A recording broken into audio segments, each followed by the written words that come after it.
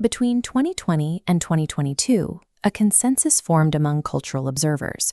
Religion in the West was effectively dead, and the youngest generation had dug the grave. They were statistically the most anxious, depressed, and digitally exhausted cohort in human history, constantly bathed in the glow of a screen. To them, the very concept of faith looked like a massive production. It was stadium seating, concert-grade laser lights, and giant LED screens broadcasting a highly marketed experience. This environment frequently entangled itself in bitter political culture wars. For a demographic already drowning in digital noise, this high-energy spectacle offered no real anchor. It was simply another source of exhausting stimulation. So they walked away. But they were walking away from the performance of faith, rather than the search for meaning itself. Then came the morning of February 8, 2023. At Asbury University, a small Christian college in Kentucky, students gathered inside the traditional brick walls of Hughes Auditorium for a routine 50-minute Wednesday chapel service. When the clock indicated the service was over, the students simply did not leave. A heavy quiet settled over the room, soon replaced by hours of spontaneous singing and tearful, unscripted prayer. That single gathering continued without interruption for 16 straight days. Word spread rapidly, and thousands of people began arriving from across the country, standing in freezing lines stretching around the block just to get inside the auditorium. This raises a question. Why would a generation defined by the digital hum seek out a room where almost nothing is happening? For 16 days, thousands of young people chose wooden pews and a cappella singing over the endless stream of their phones. Critics initially dismissed it as mass hysteria, but the persistence of the crowds pointed to something else entirely. It was an active rebellion against the noise of the modern world. Inside the chapel, there were no fog machines and no celebrity pastors holding the stage. The acoustics were imperfect. The music was driven by a scuffed wooden piano and the raw, unamplified sound of 1,000 human voices singing in harmony. The news didn't spread through a coordinated marketing budget. It spread through the TikTok algorithm. A platform explicitly designed to fracture attention was suddenly broadcasting clips of absolute stillness to millions of feeds.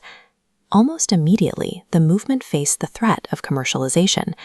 Internet influencers and digital creators began arriving on campus, bringing professional camera gear and ring lights to capitalize on the trending event. The university responded with a blunt restriction.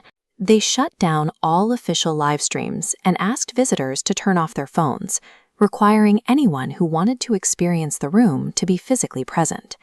The digital machinery that brought them to the door was the first thing they were asked to leave behind. To enter the sanctuary, they had to effectively disappear from the internet. The environment inside thrived on a lack of structure. There was no aggressive preaching or high-pressure persuasion.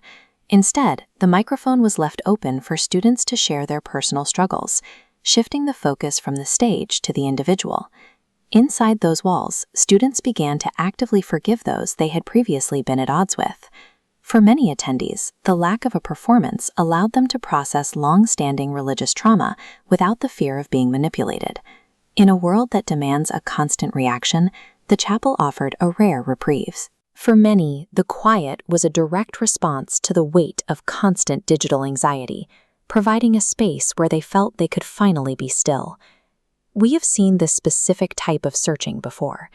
In the 1970s, a generation disillusioned by the Vietnam War and growing materialism fueled the Jesus movement, trading established institutions for grassroots spirituality. Deep spiritual searching does not wait for institutional permission. When a demographic is pushed to the edge by external pressures, it spontaneously generates the exact ecosystem it needs to find balance. After 16 continuous days, the university made a difficult logistical decision. To prevent the town's local infrastructure from collapsing and to stop the moment from degrading into a chaotic tourist attraction, they intentionally closed the doors to the public. The leaders emphasized the concept of dispersal. The experience wasn't meant to be contained within a single building. Its value would be tested in the quiet, mundane discipline of ordinary daily life. This visualization tracks the standard trajectory of modern productivity, but here the line levels off. It reflects a moment where a generation chose a communal pause over the pressure to constantly produce. These students were essentially rediscovering the concept of a sabbath. It is acknowledging that human value is not tied to a constant stream of output. In an era where every second of attention is measured and monetized, choosing to sit in silence is a quiet departure from the script of the digital age. We are seeing the first signs of change in how some religious organizations operate. Several established centers have begun to scale back their media production, favoring the kind of unpolished presence they observed in Kentucky over high-budget spectacles. For many of the students involved, the impact is becoming localized.